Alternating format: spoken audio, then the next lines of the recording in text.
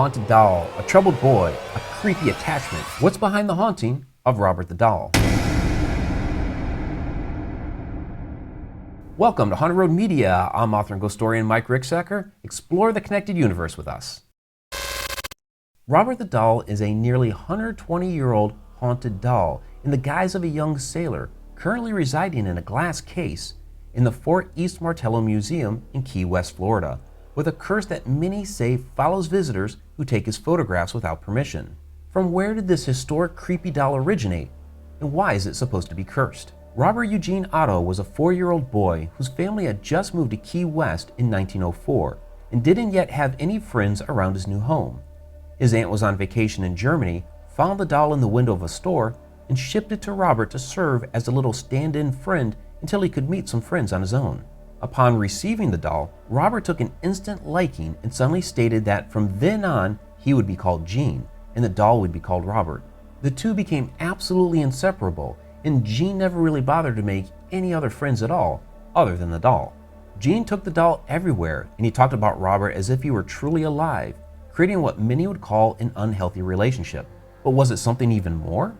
It was said that when Gene and Robert were alone together, two voices could be heard talking and giggling. Objects moved about the house, and whenever something turned up missing or broken, or when the room would suddenly turn into a violent mess, Gene would blame Robert the doll. At times, Gene claimed Robert actually broke his other toys so that Gene would have no other choice than to play with the doll. When the aunt that had sent the doll Gene came to visit one day, she witnessed the hold the doll had on her nephew and the strange behavior surrounding Robert. She insisted that the doll was only meant to ever be a temporary playmate, and what was transpiring between Gene and Robert had gone too far. She convinced Gene's parents to lock Robert away in the attic, but by the next morning, she was found dead. It appeared as if she had passed away from natural causes. The irony was just too much. And Gene was sent away to boarding school. In the years that followed, Gene grew up, but he never forgot about his doll, Robert, locked away back home. During this time, neighbors claimed they routinely saw Robert in the top floor window of the house, scowling at them, and his legend began to take form. Gene's father died in 1917, and after Gene had married, his mother took ill, so he and his new wife moved into the home to take care of her until she passed away in 1945. Gene, now a well-known artist at this time, was reunited with Robert, and the strangeness began again. The lighting in the upper turret room of the house was better for Gene's painting, so he spent much of his time there with Robert propped up in the window. Observers walking by claimed they saw Robert moving side to side in the window, while visitors to the house claimed Robert's facial expressions would change depending on the conversation in the room. There was also a time in which a plumber ran screaming from the house after Robert was said to have scowled at him and giggled. Gene's wife Anne despised the strange attachment her husband had with the doll, and Robert became a source of contention between them.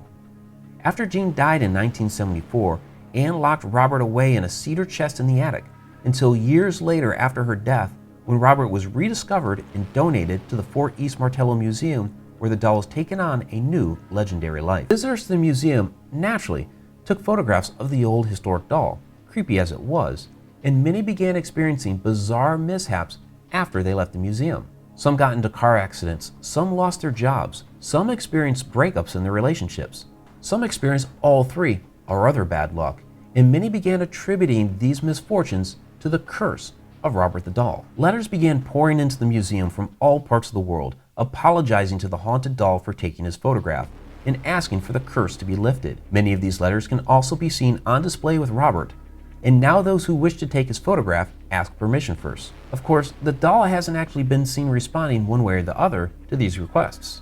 So what really happened between Gene Otto and Robert the Doll? And is the doll really haunted to this day with a powerful curse? Some believe the doll came to Key West haunted, that a spirit attachment came with it from the little shop in Germany and caused the doll to act and behave in strange ways.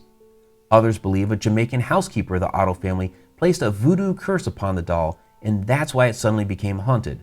But I think I have a much more plausible idea. In a previous video here on the Haunted Road Media YouTube channel, we talked about the difference between a poltergeist, the spirit that we know as a noisy ghost, and poltergeist activity, the telekinetic energy a person will project that creates activity that resembles the activity a poltergeist creates. This is noted quite often in poltergeist activity cases involving adolescent girls as they're just starting to come of age, but is also seen, although perhaps not as often, in people of all ages, including young children. I believe this is what happened with Gene and Robert, but in a much more concentrated way. Gene was very young and growing up in an affluent family when they suddenly moved into a new house, and he was without any friends.